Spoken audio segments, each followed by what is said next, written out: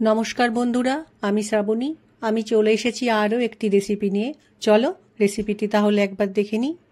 আজকে তোমাদের সাথে পালং শাকের একটা রেসিপি শেয়ার করব। শীতের সময়ে আমরা বেশিরভাগ পালং শাকটাই রান্না করে থাকি। আজকে রেসিপিটি রান্না করার জন্য পালং শাক নিয়েছি। পালং শাককে খুব ভালো করে ধুয়ে নিয়ে পালং শাক আমি কেটে নিয়েছি। শাক আমি খুব ছোট ছোট করে কাটিনি, একটু মোটা মোটা করে কেটে নিয়েছি। ভিডিওটি প্রথম থেকে শেষ পর্যন্ত দেখার অনুরোধ রইল। রান্নার শুরুতে কড়াইয়ে একটু সর্ষের তেল গরম করতে দিলাম। তেলটা গরম হয়ে গেছে। এবার কেটে রাখা বেগুন তেলের মধ্যে দিয়ে একটু ভেজে নেব।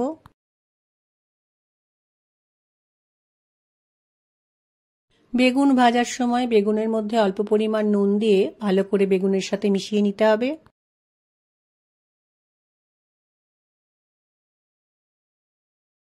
বেগুন ভাজা হয়ে গেছে। এবার একটা পাত্রে বেগুন তুলে আমি রেখে দেব। তেলের মধ্যে একটু পাঁচফোড়ন দিলাম। পাঁচফোড়নটা খুব সুন্দর করে ভাজা হচ্ছে। এই সময় একটা কাঁচা লঙ্কা দু আধখানা করে তেলের মধ্যে দিয়ে একটু ভেজে নিতে হবে।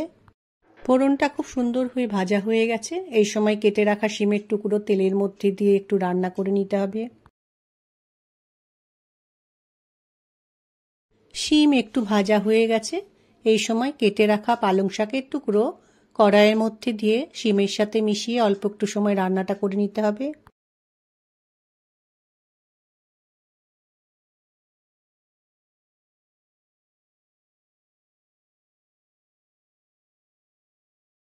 শাকটা রান্না করতে করতে শাকের পরিমাণ অনেকটাই কমে গেছে। এই সময় আমি শাকের মধ্যে নুনটা দেব।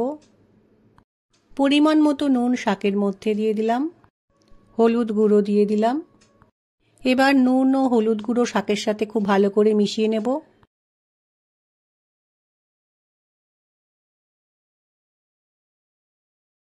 শাকে একটু চিনি দিলে খেতে ভালো লাগে, সেজন্য অল্প পরিমাণ চিনি শাকের মধ্যে দিয়ে দিলাম।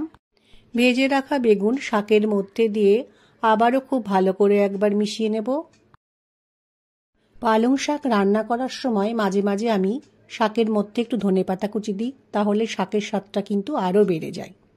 ধনেপাতা কুচি শাকের মধ্যে দিয়ে খুব ভালো করে মিশিয়ে নিতে হবে। গ্যাসের ফ্লেমকে হাই করে পালং শাকের মধ্যে যেটুকু জল আছে সেটা এবার আমি শুকনো করে নেব। শাক রান্নাটা আমার তৈরি হয়ে গেছে। আশা করছি আজকের ভিডিওটা তোমাদের ভালো লাগবে। রান্নাটা কড়াই থেকে একটা পাত্রের মধ্যে নামিয়ে রেখেছি। এভাবে শাক রান্না করলে বাচ্চা থেকে বড় সবাই খেতে পছন্দ করবে। আমার আজকের রেসিপি ভালো লাগলে লাইক, শেয়ার ও সাবস্ক্রাইব করো। ভিডিওটি দেখার জন্য ধন্যবাদ। ভিডিওটি আজ এখানেই শেষ করছি। ফিরে আসছি আরও একটি রেসিপি নিয়ে।